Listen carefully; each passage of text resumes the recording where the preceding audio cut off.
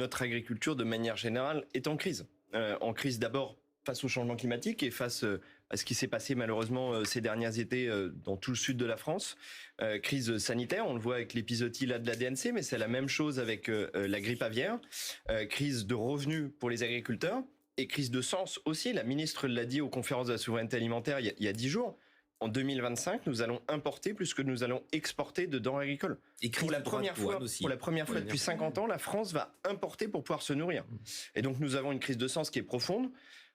Vous avez parlé tout à l'heure de Gabriel Attal et de son ballot de paille. Déjà, je ne souhaite pas forcément le même avenir politique à notre Premier ministre actuel. S'il veut que ça se passe bien, quand il parle, il faut des annonces concrètes. Des déclarations d'amour des hommes et des femmes politiques, on en a assez. C'est jamais suivi des faits. Pour le coup, le président de la République nous a vaccinés en termes de décalage entre les annonces et les paroles, les actes, pardon.